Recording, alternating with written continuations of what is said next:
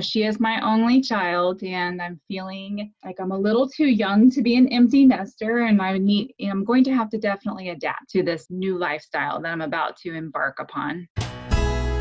In today's episode, I sit down with Sondra, who is working through the process of letting her daughter leave the nest. From Maui, Hawaii, I'm Lucky, and this is Quiet Your Mind Chatter. I was excited to sit down with Sondra, who is a native Cincinnatian. Like me, she graduated from the University of Cincinnati. She's been a human resources professional for over 20 years. She loves to cook, she loves to take pictures, and she loves to travel. Her daughter recently graduated from high school, and that's what we're going to be talking about today. Empty nest syndrome. Here we go. Aloha, Sondra. So good to see you. It's so good to see you. Yay. Thanks for taking the time. I would love to hear, what are you celebrating? Some small kind moment. Tell me about a recent victory in your life. Probably doesn't sound like much of a victory, but it was to me. I recently got married, as you know, and this past weekend, I spent several hours going through all of the photos that our photographer took and actually created a photo book that I ordered online, and spent quite a bit of time on it, quite frankly, and I'm excited to get it this week sometime. So that was my victory for this weekend. Yay. So you're celebrating that you completed it, or what part of that feels the best for you? Yes, because it was a daunting task. I think I spent about 8 hours on it, so I had to carve out time to get this done, and it's a victory just having it done. Yes, I celebrate with you. Yay. It's ordered. It's on its way. I love it. Yes, Can I share my victory with you? I would love that. I played golf yesterday.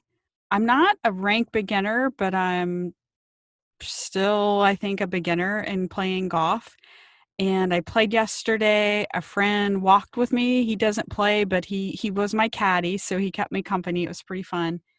I had 2 drives that I hit really well, and I had 1 chip that was perfect. It dropped right on the green, right near the hole, and it felt really good in my body. That's awesome. You're getting good at I'm it. getting good at it. The other shots, wonderful, not so much, but I kept a good attitude. I figure I can control my attitude. I can't always control where the ball goes. When it goes where I want it to go, yes, I celebrate that. And the other times, I'm outside, I'm with a friend, I'm keeping a good attitude. So thanks for letting me share that. Let's dive into today's work. I love talking with humans who are willing to share their vulnerabilities to help other listeners who are maybe going through the same thing.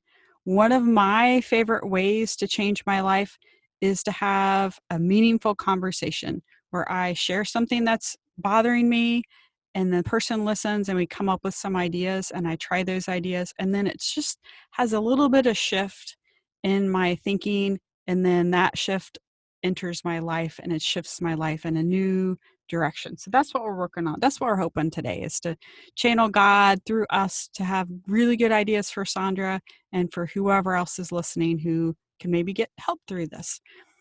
So Sondra, tell me about your life with your daughter up until now. Give us a little background. So you have 1 daughter. She just graduated from high school. Congratulations to you and to her. Tell us what's been going on in your routines, your interactions with her. What has it looked like in your life with her, with your weekdays, weekends, vacations? Fill us in. My daughter and I are very close, first of all, obviously. So I've been a single parent to her since she was about 8 years old. And even before I was an official single parent, it was really just the 2 of us. And we spent all of our time with each other up until, a few years ago when I met my new significant other. It was really just the 2 of us. Now it's the 3 of us. But, she is my only child, and I'm feeling Like I'm a little too young to be an empty nester, and I'm going to have to definitely adapt to this new lifestyle that I'm about to embark upon. What are you going to miss? I will miss, well, I'll definitely miss taking care of her because that's what I do. I take care of people. But I'm just going to miss her being around and just talking with her and spending time with her and just having her around for sure. What's one routine or one interaction that you're going to miss the most? I would say that would be having dinner together. Dinners are going to definitely be different with her not here. And don't get me wrong, I'm very excited for her. She's going off to college. I was not able to go off to college. I commuted to college, so I'm kind of living vicariously through her in this because I did not get that whole dorm room experience with my college experience. So I'm so happy for her that she gets to do that. And that I'm able to provide that to her. But I'm definitely going to miss her.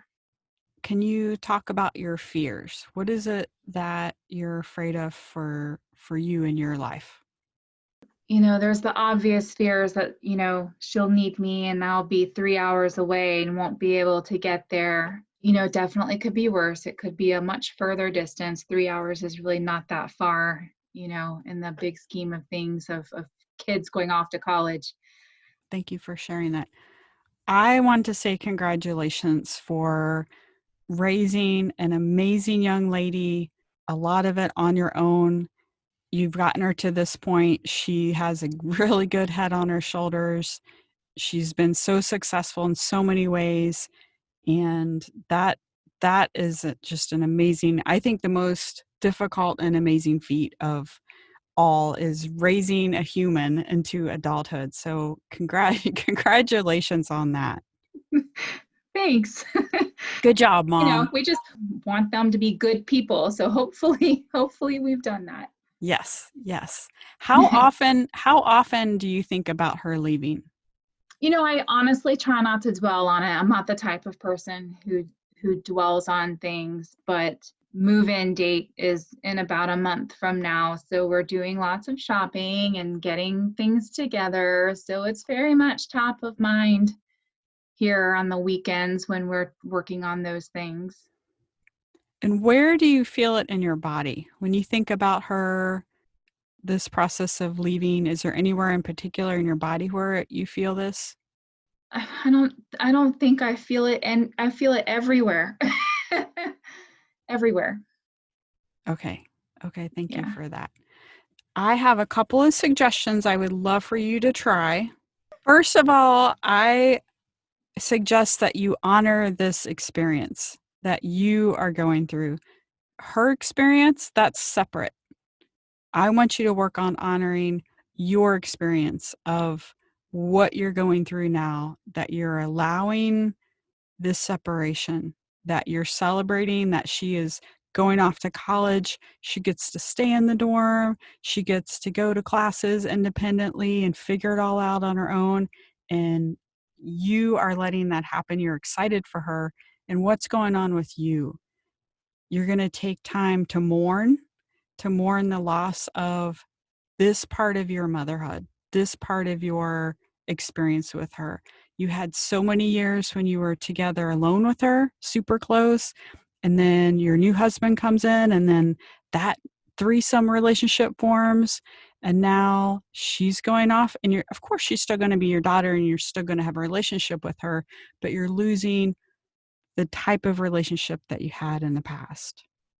The way that I suggest that you process this is through journaling. It could be a traditional journal where you're writing with a pen and paper. You could use your electronics. You could pull up a document on your laptop and type out your journal thoughts. If it works better for you, I'm a writer, so writing always works best for me.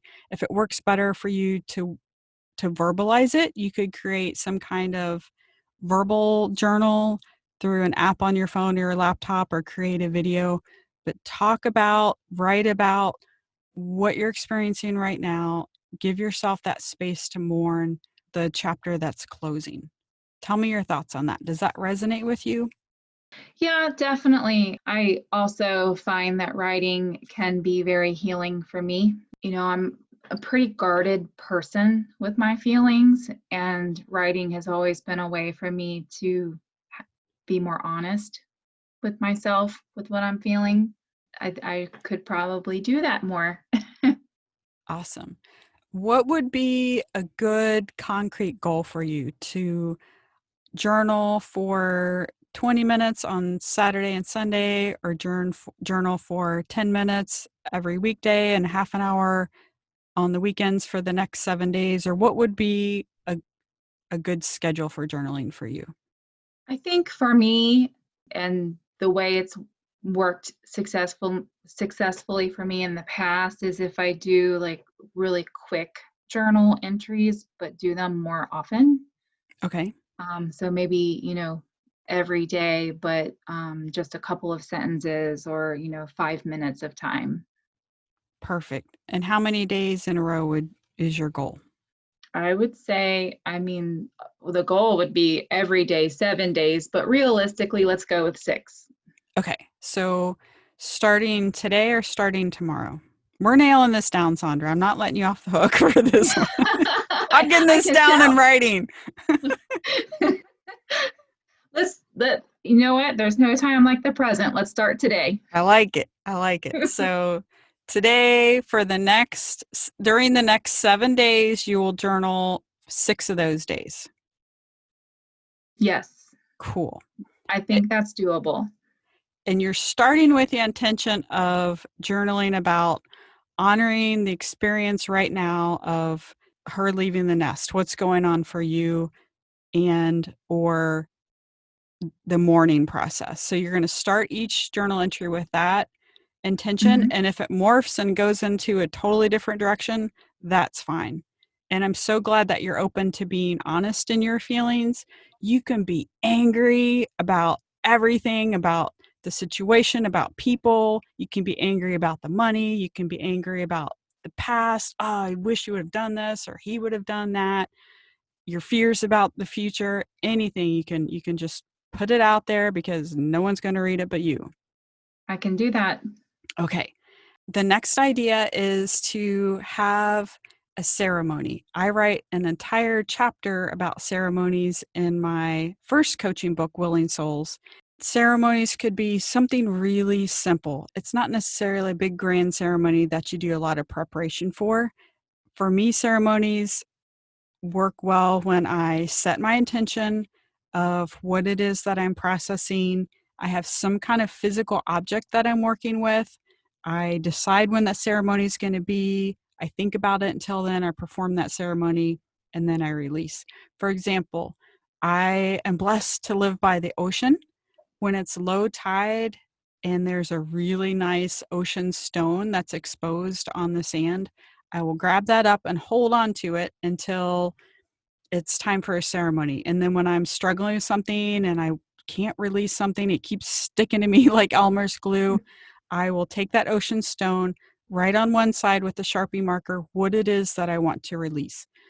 Maybe it's anxiety, maybe it's depression, maybe it's obsessive thoughts over eating, whatever it is. I write that on one side. On the other side, I write what it is that I hope to receive. I want to receive inner peace. 3 days from now, I'm going to throw it into the ocean. So then the 3 days leading up to that, maybe I'll journal extra. Maybe I'll spend time in meditation and prayer, asking God, asking my higher self to release this. And so that that new wonderful blessing can move into my life. And then the day of the ceremony, I take all those thoughts and prayers and I physically throw that into the ocean. If you don't live by an ocean, you can still do this. I've done this with an index card. I love using 3x5 index cards. Same kind of process. I'll write on one side, I am struggling with this.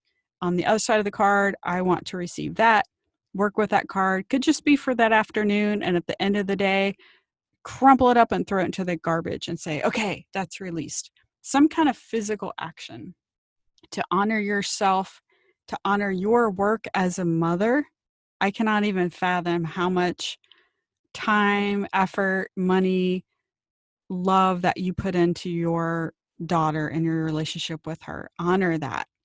You can do another ceremony to honor her as a young woman. Right now, in this moment, she is on the cusp of independence, greatness we cannot even fathom. You can honor releasing her, that you are not a clinging mother. You're thinking of what's best for her, not what's best for you. Any kind of ceremony, that's an option. So you're definitely going to journal. If it feels good to you to do a ceremony, that's another option. Tell me about your thoughts on ceremonies. I did read your first book, so I remember that chapter. I think that's a good idea. There's going to come a time, I think, between now and move-in day for her when I think that, maybe she and I can do something like that together. Symbolic of the change that we're both going through, quite frankly. Yes. If you could use some kind of physical object, that seems to be more impactful. Maybe it's she has a stuffed animal that she loved when she was 9 years old and she's not attached to it anymore, but you can somehow use that in your ceremony to honor your relationship with her as a little girl and a mom, and now she's this beautiful young lady and you're transitioning into that. Or a picture, some kind of artifact. Yeah, we definitely have lots of trinkets to choose from. So. Perfect. And maybe she can choose one and you can choose one. You can both work with those. Okay, couple more things. First thought, second thought. First thought just happens. I'm losing her. And then you have the accompanying sad emotions, abandonment emotions. First thoughts just happen. We have no control over them. Your second thought, you get to choose. So your second thought could be, I am setting her free to fly. Your first thought could possibly be that, this part of my motherhood is over. And that's true. It's a valid first thought. You accept that. And second thought, you get to choose. I get to explore the infinite possibilities of my life. That's another technique that I work with when some issues are coming up with me. If I keep thinking the same thing, I want that to stop, a lot of times I can't stop that thought. I can accept it. Oh, here's that thought again. I get to choose my second thought. A lot of times, Sondra, I don't know what is best for me. I don't know what is the best way to think about a situation. So a lot of times my second thought is God. I say, God, send me thoughts. I don't know what I'm supposed to be thinking here. I've been trying to figure it out. I don't know how to think about this situation. Send me thoughts. And in the meantime, my second thought's going to be God. God's wonderful. God loves me. God, God, God. That's my second thought. I love it. I love it. We all have those creeping thoughts that come into our minds, and they're, usually not always positive, but you can turn it around. That's the name of my show, Quiet Your Mind Chatter. Yes. When I cannot, I meant to do that. when I cannot quiet my mind, those thoughts keep coming in. I can't control that. That's okay. That's normal. That's human. But I can choose my second thought. And my second thought, I think about God. And then every time God, right then and there or somewhere down the line, sends me a more positive, more powerful way to think about the situation. One more suggestion. Volunteer time. When I am stuck in my head, the best way for me to get out of my head is to help someone else. Volunteering is a really good way to help. When I think about volunteering, my mind automatically goes to making an appointment with an organization that can utilize my time. For example, my friend here on Maui, he volunteers at the Humane Society. That's a really great volunteer position for him. That's not a great volunteer position for me. When I like to volunteer my time, lately it's to sit in meditation. And I know that's not traditional volunteer time, but when I sit in meditation and I think of the people that I know who really could use love and support, and I spend time just sitting there doing nothing productive, quote unquote productive. All I'm doing is sending that person good energy. I pray for them. I send them healthy, positive energy. I ask that their higher power help them in any way that they need. That's me being there for that person and giving to that person. Yes, of course, when I'm in meditation and prayer, I pray for myself too, but I take time to just think about other people and send that to them. Another way to volunteer time is to be kind to others through social media. I can go on Facebook and like my friends' posts. If I know a friend is starting a new business venture or hosting a new event and she's trying to get people interested, I can go and write positive things about that. Go on YouTube, find people who could use some support, write positive things. Those are both quick, easy ways that we can volunteer our time to help others get out of our own heads and our own problems and actually help other people. What are your thoughts on that?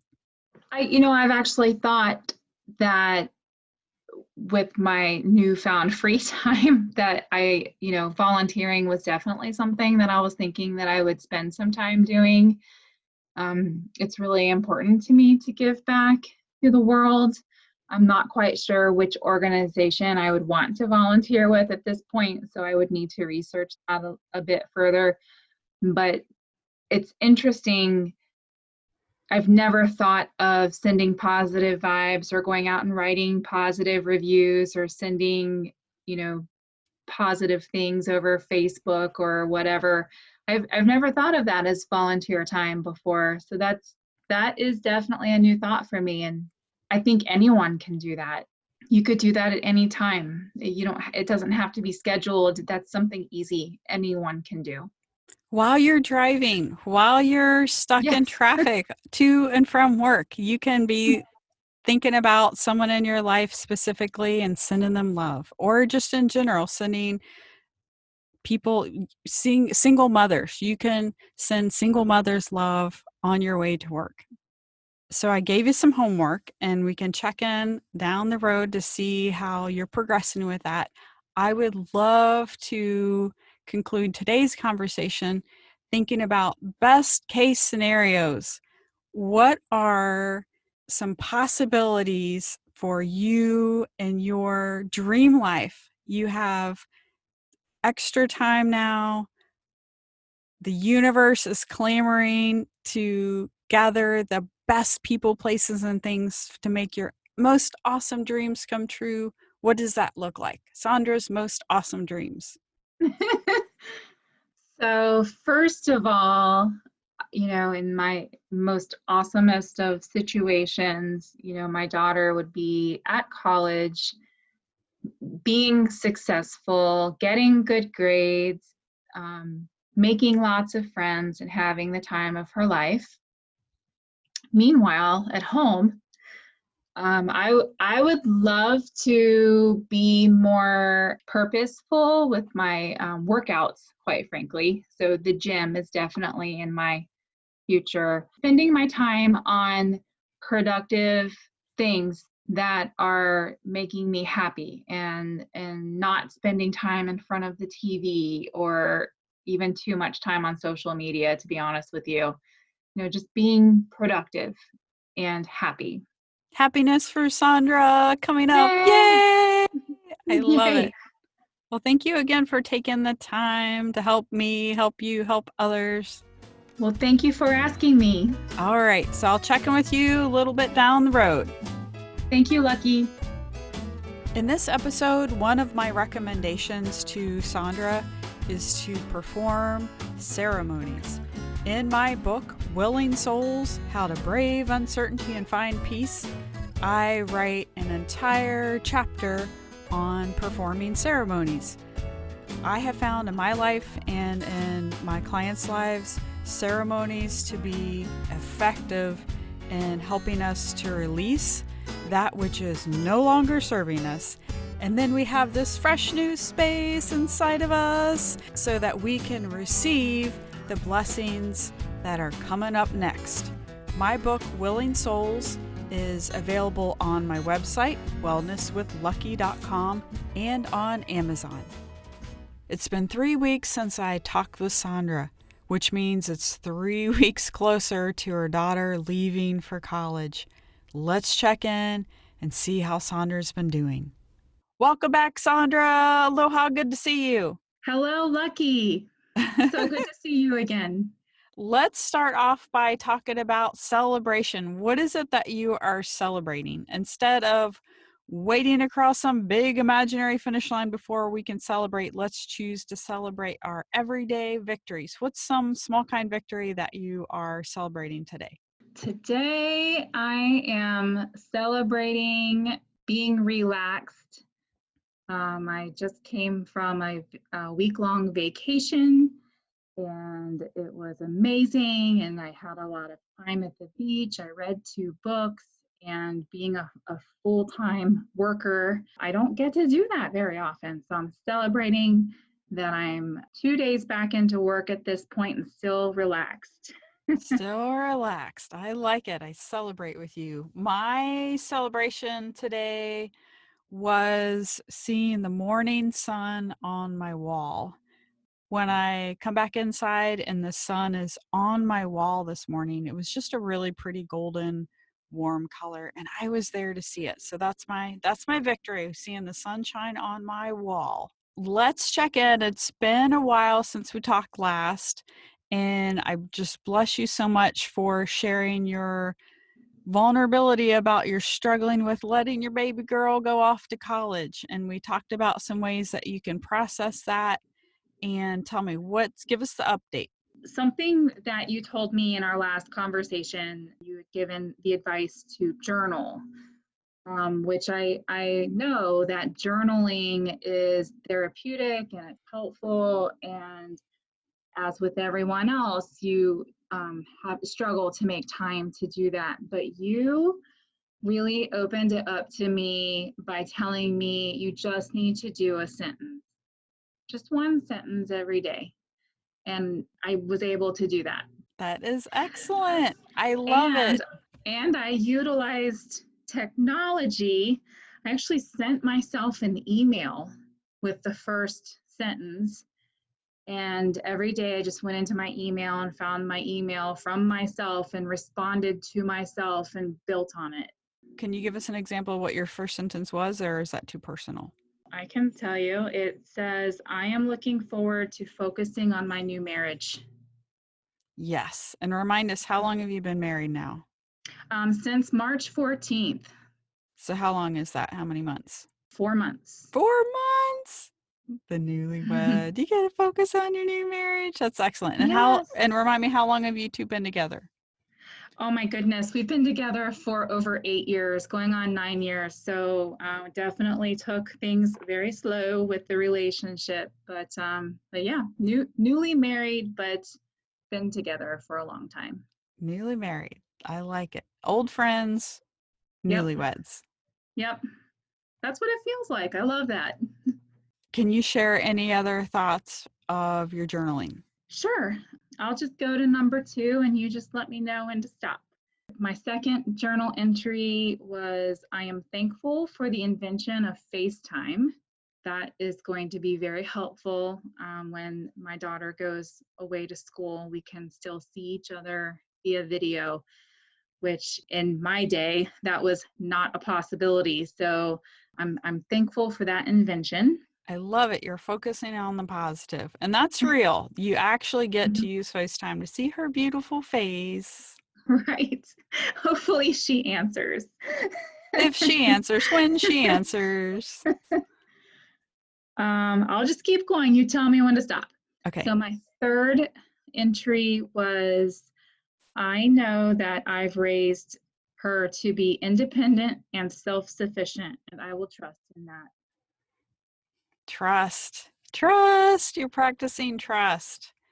That's awesome. And I love that you wrote it down and that you sent it to yourself and you're reminding yourself of this, because these were thoughts that you had in your head, but when you put it out there, you put it on record, you process it in a conversation or in an email, it fortifies that within yourself, and then it builds that trust.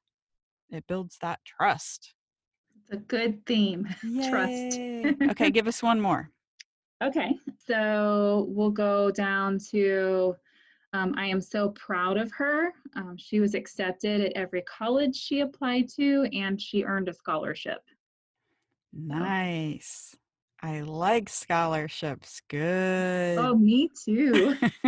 We like scholarships. Good job, everybody. Excellent.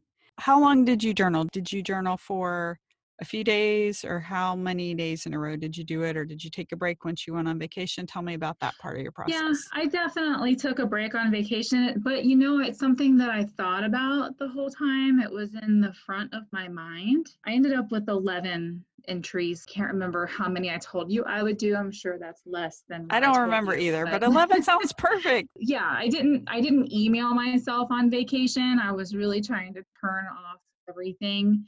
I did think about it, and I did add a couple that came to mind from that time. Was there any other wellness tools that you used before a vacation to help you process letting go of your daughter? I made a plan to use one of the tools you had talked about, having like a ceremony. We're in the process of planning the whole move-in day, and me taking her to school. And so we have planned, obviously, to have that day where we take her and all her stuff, move her into her dorm. But we're going to have kind of a ceremony after that. We will go to dinner someplace near the college. That'll be it. I was thinking that the dinner would be sort of a ceremonial goodbye, because I won't see her again for about 5 or 6 weeks. 5 or 6 weeks. That's a while. Yes. Oh, I've already planned it. We there's a parents' weekend that we will be attending. So is there anything in particular that you're going to talk about during the dinner, or you're going to go with the flow? I think we'll just go with the flow, because going to school in this day and age is definitely going to be different. Thankfully, she's a freshman, so it's just going to be her reality. Nothing's really changing for her. I would love for you, before her move-in day, for you to make a self-care plan, self-loving Sondra plan for those 5 weeks. So maybe it would be every day for those 5 weeks, you would send a positive affirmation to yourself. Or maybe 3 days a week during those 5 weeks, you would do some kind of volunteer time where you get out of your own head. You sit in meditation and prayer and ask God's help for other people, or you are specifically on social media to send positive messages to other people, or something, some kind of, or maybe it's more physical. During that 5 weeks, you'll commit to going to the gym 3 days a week, or whatever it is that works for you. If it's nice weather, you'll go outside, but some kind of something that you get to look forward to. Nothing that, oh, during this 5 weeks, I'm gonna not be with her and I'm stuck with journaling every day. Pick something that you get to at least halfway look forward to during that time. Right, right. Yeah, I'll have to think on that. I definitely, I think we even talked about this in our last conversation, the added time that I'll be experiencing. The gym is in my future for sure. I definitely will be doing that. I actually am supposed to do a 10K. It's virtual, so I can do it at my own leisure. So I will be training for that, and have been training for that. So Excellent. And you talked about spending more time with your new hubby. Maybe you can plan some different activities. Something kind of cheesy that comes to mind is Google getting to know you questions, and maybe twice a week during those 5 weeks between seeing your daughter, twice a week you can spend 15 minutes Googling and answering getting to know you questions. You think you know each other really well after 8 years, but you get to spend some time asking each other silly questions and laughing about new information. We do a monthly date night anyway, just because it's healthy, and I believe that couples should do that. But maybe during this time we do it twice a month. There we go. You know. Sounds like you have all kinds of good things to look forward to. Yes. Yeah, it's gonna be good. I'm really proud of her. I think it's gonna be really good. And I'm proud of you for allowing yourself space to process this and to face it and not brush it under the rug, to really work through your feelings and your thoughts and use this as a growth opportunity for you. Well, thank you. It's definitely a learning process. Well, excellent. Well, thank you so much for sharing with us. I love you so much, and it's so good to work with you. I love you. Thank you. I am so thankful that Sondra used the wellness tool of journaling to help her face her empty nest. She didn't force herself to spend 30 minutes every day, and she didn't skip it altogether. She took just a moment every day for 11 days to pause and get in touch with herself, then bravely write what was going on inside her heart and inside her head. You can do the same. You can take a small step every day toward processing whatever it is that you're processing. Maybe you won't see a burning bush with all the answers to all your questions, but I'm guessing that you will see a miracle unfold over time. The miracle that baby steps of faith and action are truly good enough. That doing your best, however slow and imperfect, is good enough. You are good enough. I love helping people. That's why I became a personal coach. Actually, I was called by HP, my higher power, to be a coach, which you can hear about in the episode Divine Grace and a Sense of Humor. If you are looking for a coach to find some direction and support, then I'm your gal. Maybe, or maybe not. I don't really know. I can't predict the future. I'm busy trying to stay present in the moment. But if you want to check out my coaching options, there's a quick video on my website with more information. That's at wellnesswithlucky.com. If you received an insight from today's episode, yes, I love that. I love when God helps you through me. Woo! My favorite. Review this podcast and share it on social media, blessing others with wellness tools to quiet their mind chatter.